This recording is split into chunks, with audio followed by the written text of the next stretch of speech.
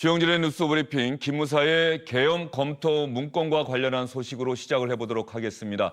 조금 전 주요 뉴스 시간에 여러분께 보여드렸습니다만 문재인 대통령이 김의겸 대변인을 통해서 이번 논란 그리고 특히 그제 국회 국방위원회에서 있었던 송영무 국방부 장관과 기무사 장관들 사이의 논란, 이 부분에 대한 명확한 생각을 밝혔습니다. 다시 한번 들어보시죠.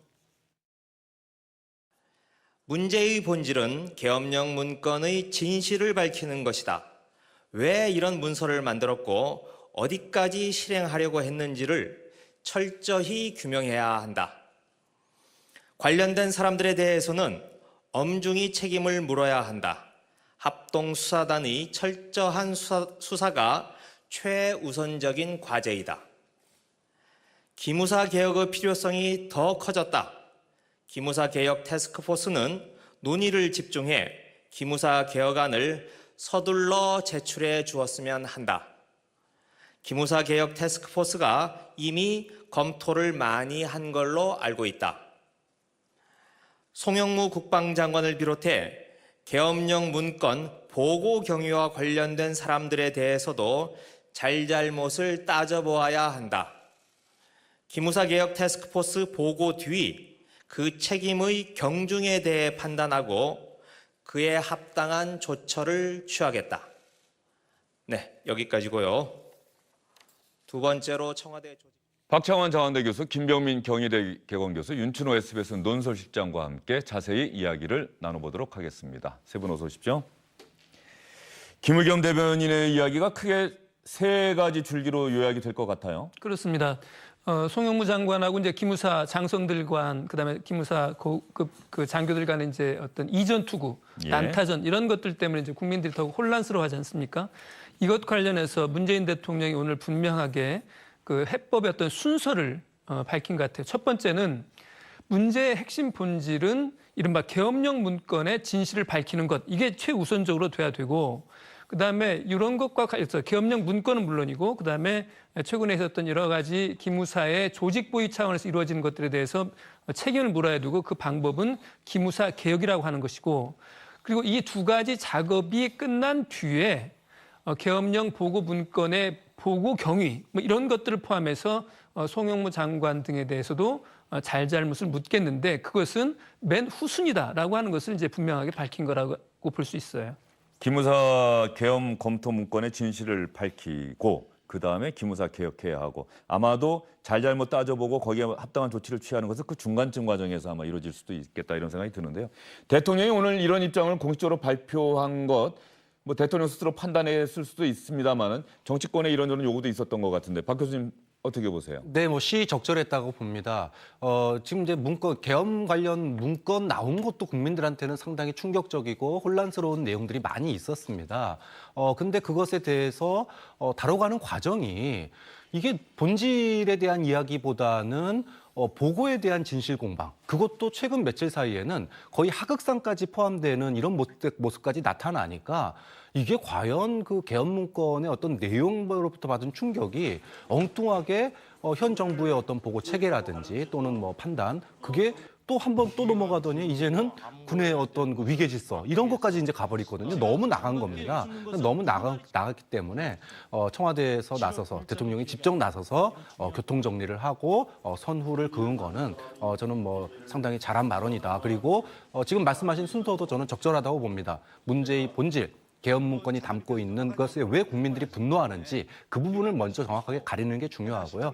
이후에 송영무 장관과 기무사령관의 그런 그 보고에 대한 진실 공방은 분명히 따져야 된다고 생각하거든요. 그리고 누군가는 거짓말하고 있는 거 아닙니까? 분명히 거기에 따른 조치를 취해야 된다고 봅니다. 김병민 교수님께는 그렇다고 한다면 그 문제의 거짓말 공방이 벌어졌던 그제 국회 국방위원회 상황을 다시 한번 여러분께 보여드리고 난 다음에 김병민 교수님께 질문을 드리도록 하겠습니다. 한번 보시죠. 저의 진술에 신뢰를 높이기 위해서 당시에 보고한 문건을 보고 말씀드리겠습니다. 네. 위수영은 잘못된 것이 아니다. 법조계 문의를 해보니 최악의 사태를 대비한 계획은 문제가 될 것이 없다고 한다. 장관도 마찬가지 생각이다. 다만 직권남용에 해당되는지를 검토하기 바란다. 제가 장관께 그럼 다시 묻겠습니다. 지금 민 대령께서 하신 말씀은 사실이 아닙니까? 완벽한 거짓말입니다. 대한민국 대령이 장관 앞에서 국회의원 앞에서 없는 말을 만들어서 이렇게 와서 보고할 대령 없다고 생각합니다. 대한민국의 대장까지 마치고 장관하고 있는 사람이 거짓말하겠습니까? 그러면은 7월 9일 날 지금 민병삼 그 부대장님께서 그런 보고를 했다. 그러니까 예. 그 장관께서 그런 위수령 관련된 말씀을 하셨다. 그런 또 배석을 했습니까? 예, 배석했습니다. 위수령에 대해서 말씀하신 것에 대해서 민병삼 대령은 지금 혼돈을 하고 있는 것으로 저는 파악을 하고 있습니다. 아까 민병삼 대령은 36년 군 생활을 했다고 했습니다. 명예롭습니다. 순수한 야전 군인입니다. 굉장히 오늘 이 자리에서 경악스럽습니다. 지휘관이 한 발언을 왜곡하고 각색해서 국민 앞에서 보고한다는 것은 굉장히 놀랍습니다. 이상입니다. 누구의 말이 과연 진실이냐 이 부분을 놓고 많은 분들이 혼란스러워하고 또 어쨌든 간에 아랫사람이 장관에 대해서 거짓말하고 있다고 하고 장관은 또 아랫사람에 대해서 거짓말하고 있다고 생각하고 우리나라 군이 정말 이 정도 수준밖에 안 되는 건가 이렇게 또 생각하시고 실망하시는 분도 있어요. 그러니까 서로 책임을 좀 미루는 것이 아닌가라는 생각이 드는데요. 지금 저런 발언이 나왔던 회의가 7월 9일에 있었던 회의라고 볼 수 있습니다. 그러니까 이철희 의원이 자료를 받아갖고 언론에 공개하고 나서 굉장히 대한민국 사회가 위수령 그리고 계엄령 문건으로 뜨거웠죠. 여기에 대해서 지금 기무사가 이야기하고 있는 이야기들을 비추어 보건대 송영무 장관은 애당초에 8페이지에 대한 문건에서 법적으로 크게 문제될 것이 없다고 판단했다는 것 같습니다. 하지만 7월 9일 무슨 일이 일어났냐면 그 당시는 대통령이 인도 순방 중에 있었던 상황인데 이 순방 중에 있는 상황 속에서 특별수사단을 만들 것을 지시합니다. 대통령이 해외 순방 중에는 굉장히 이례적인 사건이었는데 순방 중에 이러한 특별수사를 지시한다는 건 그만큼 계엄령에 대한 문건들을 받아보고 이 사태의 위중함을 알았다라고 판단할 수 있는 건데요. 제가 말씀드리고 싶은 거는 그동안 군 입장에서 문제가 없다고 판단했다가 혹시 청와대와 대통령이 받아들고 있는 여론의 이 상황의 심각성 속에서 문제를 강하게 제기하니까 그제 가서 지난 기간 동안 있었던 책임을 서로 미루게 되는 상황들이 지금 보여지고 벌어지고 있는 것은 아닌가라는 생각이 드는 대목입니다. 그렇다고 한다면은 송영무 장관이 7월 9일에 어떤 회의 자리에서 위수령 문건 법적으로 문제 없다고 본다 이렇게 얘기했다라고 하는 것을 입증하기 위해서 어제 기무사 측에서 문건을 공개했다면서요, 당시. 그렇습니다. 근데 거기 이제 민병삼 대령이 국방부 장관의 이제 참모의 자격으로 그 회의에 참석했다는 거죠. 예. 그리고 이제 거기 자기 메모를 했다는 거고 그 메모한 것을 당일 정리를 해서 이석구 기무사령관에게 보고했다고 하는 그 문건을 어제 이제 국회에 제출을 한 거예요. 이제 그 내용을 보면 위수령은 잘못된 것이 아니고 법조계 문의해 보니 최악의 사태를 대비한 계획은 문제될 것이 없다고 한다. 장관도 마찬가지 생각임 이렇게 돼 있는데 저 발언의 주체는 송영무 장관이라는 거죠. 그에 대해서 송영무 장관과 국방부에서는 전혀 사실이 아니고 거짓말이다 이렇게 대응하고 있는 상황입니다. 기무사에서는 문건까지 공개를 했는데 국방부 장관실에서는 저 문건 자체도 거짓말이다.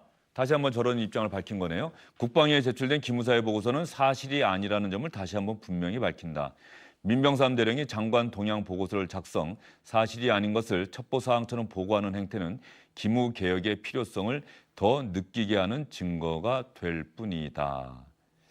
이 논란도 사실은 그제 국회 국방위원회에서 장관과 기무사 장군들이 직접적으로 벌인 공방 못지않게 어디 문건을 공개하고 그 문건도 거짓말이라고 하고 참 우리나라 군대 전체적으로 누구의 말이 맞느냐 그러냐 반드시 따져봐야 될 부분이긴 합니다만 어쩌다 이 지경까지 됐나는 생각도 좀 들어요. 네, 저도 저 문건에 대한 인터뷰를 들었는데요. 그러니까 민병삼 대령의 입장은 당시에 이제 구두 보고하고 있는 상황에서 본인이 백지에다가 적었고 그 적은 것을 전달해서 저렇게 문건으로 만든 거고, 근데 그 적은 원본, 쪽지에 적은 원본은 이제 파기를 했다라는 거예요. 그래서 지금 이제 이게 이제 진위 여부 논란이 또 이제 나오게 됐는데, 저는 지금 이 국방장관과 기무사령관 사이에 이런 그 진실 공방을 보면서 상당히 참담함을 느낍니다. 왜냐하면 군 수뇌부가 대통령의 분노는 무서워하는 것 같아요. 근데 정작 국민의 분노는 과연 신경이나 쓰고 있는가라는 겁니다. 지금 무슨 얘기냐면 지난 몇 달 동안 그것을 작성한 기무사 그리고 그 보고를 받은 국방부 장관, 이 사람들은 대통령이 화내고 지시하기 전까지는 아무런 것도 하지 않았거든요. 근데 막상 대통령이 분노하고 화내고 지시하니까 서로 그동안에 자기가 한 어떤 행위, 그러니까 국민의 분노를 무서워하는 게 아니라 대통령의 분노를 무서워하는 거예요. 그러니까 군이 저도 그 계엄 문건에서도 사실은 그런 게 나타나는데 계엄 문건 안에서도 보면 정치적인 중립이라고 하는 건 단 한 줄도 없어요. 정권을 보유하기에 급급한 내용밖에 없는 거고요. 이번에 대응도 보면 국민의 분노는 신경 쓰지 않고 대통령의 분노만 신경 쓰고 있는 그런 모양새를 나타내고 있기 때문에 이거는 군수 내부에 근본적인 인식의 문제가 있다. 저는 국방개혁도 우리가 국방 비리 관련된 것도 중요하지만 군이 엄정한 중립과 누구에게 군이 충성해야 되는지 그리고 국민과 함께하는 군대의 모습을 좀 새롭게 인식하는 계기가 됐으면 하는 바람도 느낍니다.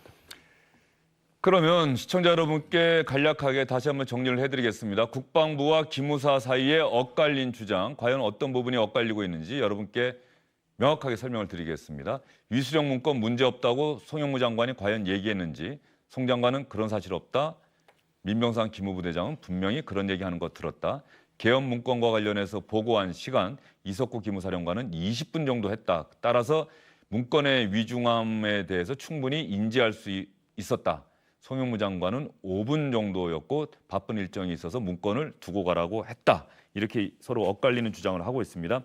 이렇게 엇갈리는 주장 속에 김 교수님, 네.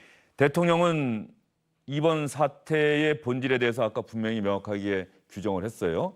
문건의 진실을 밝히는 것, 그리고 뭐 잘잘못 따지는 것은 그 다음이다라고 이렇게 이야기를 했고 기무사 개혁의 필요성이 더 커졌다는 부분까지 네. 강조를 했습니다.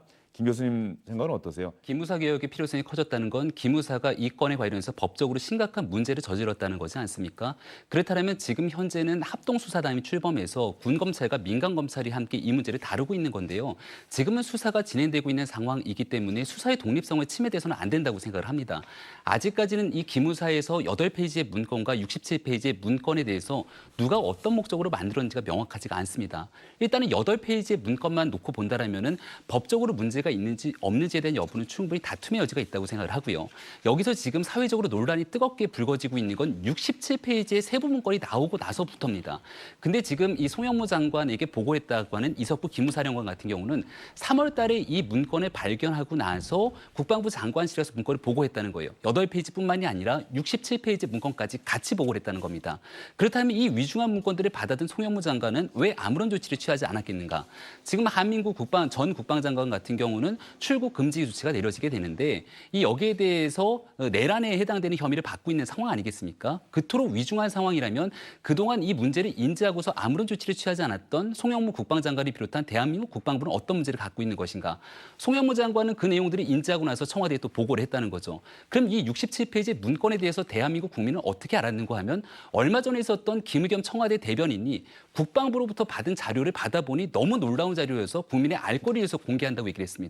그렇다면 송영무 국방장관이 보고를 받은 시점과 청와대에서 이 문건을 받았던 시점에 이 괴리가 생기는 부분들은 어떻게 설명할 것인가에 대해서 여전히 국민들은 혼란스러운 거거든요.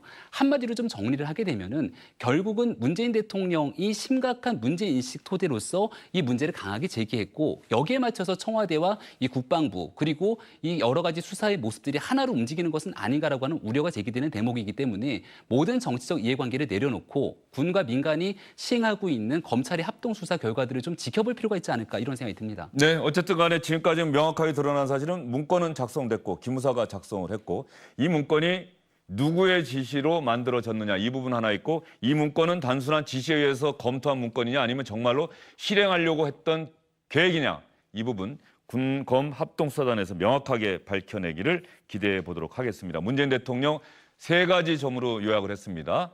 문건의 진실을 밝히는 것, 기무사 개혁의 필요성 강조했고 보고 경위 논란과 관련해서 잘잘못 분명히 따져보고 그 결과가 나오면 합당한 조치를 취하겠다.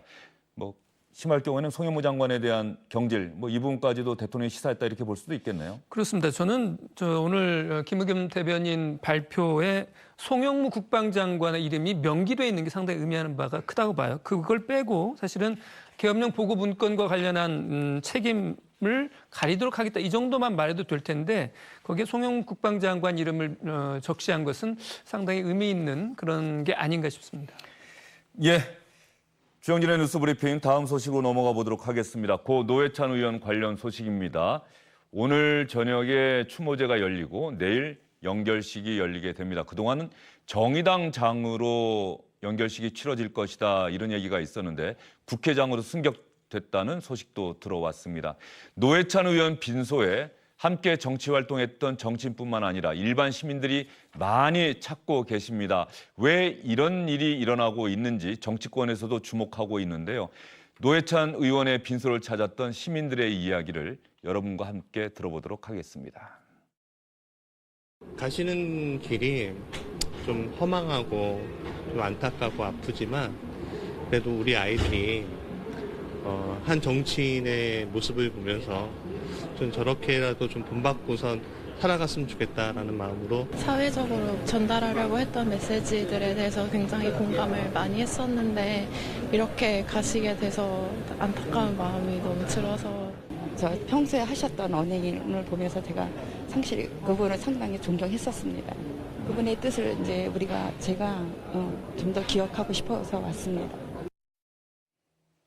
지금까지 빈소를 찾으신 분들이 대략 2만 명이 좀 넘는다고 하던데. 지금 오전 1시까지요. 예. 2만 8천 명 정도, 2만 4,800명. 2만 4천 명. 예. 그리고 이제 전국 각지에 이제 시민 분향소 있지 않습니까? 여기에도 한 4만 5천 명 정도인데 오늘까지 하면 뭐 10만 명이 넘는 사람들이 빈소 또는 분향소를 찾아서 고 노회찬 의원의 이제 명복을 빌고 62년간의 삶을 돌아보는 그런 시간들을 가지실 것 같아요. 어제 저는 택시를 탔는데 택시기사분이 뭐 여러 가지 의견을 전해주시면서 노회찬 의원의 죽음을 슬퍼하시는 분들이 많고 동시에 노회찬 의원이 잘못이 없었다고 한다면 왜 살아서 그 당당하게 싸우지 못했는가라고 얘기하신 분도 있다 이렇게 말씀을 하신 얘기를 들었어요. 두 분께서는 일반 시민들이 노무현 전 대통령 서거 당시에 우리가 봤던 그 모습이 지금 다시 노회찬 의원 빈소에서 우리가 재확인하고 있거든요. 왜 이런 마음들이신지를 좀 간략하게 좀 소개 좀 해주시죠. 어떻게 생각하고 계십니까? 노회찬 의원을 떠나보낼 준비가 안 돼 있는 많은 시민들이 너무 안타까워했다라는 생각이 들고요. 진보 정치 외길을 걸어왔던 노회찬 의원이 특히나 대한민국 정치사에 남겼던 족적이 굉장히 큽니다. 그리고 정의당은 우리가 노심초사라는 얘기를 할 정도로 노회찬 의원과 심상정 의원 그리고 이 4명의 초선 의원들이 이루어졌다고 할 정도의 큰 역할들을 담당하고 있는데 이 대중정치인 노회찬이 떠난 모습들에 대해서 실제로 그것들을 받아들일 준비가 좀 안 돼 있는 시민들이 굉장히 많은 것 같습니다. 박장원 교수님 어떻게 생각하십니까? 고등학교 동창에게 정치자금 4천만 원을 받았습니다. 분명히 잘못된 겁니다. 현행법 위반이니까. 근데 그런 실수를 저질렀음에도 불구하고 그의 선택, 그 극단적인 선택에 대해서 시민들이 그를 추모하는 이유는 저는 간단하다고 봐요. 그가 살아온 삶이 이번에 실수에도 불구하고 노동자와 서민의 친구로서 일관되게 살아왔던 그런 진정성을 국민들이 알기 때문이라고 생각합니다.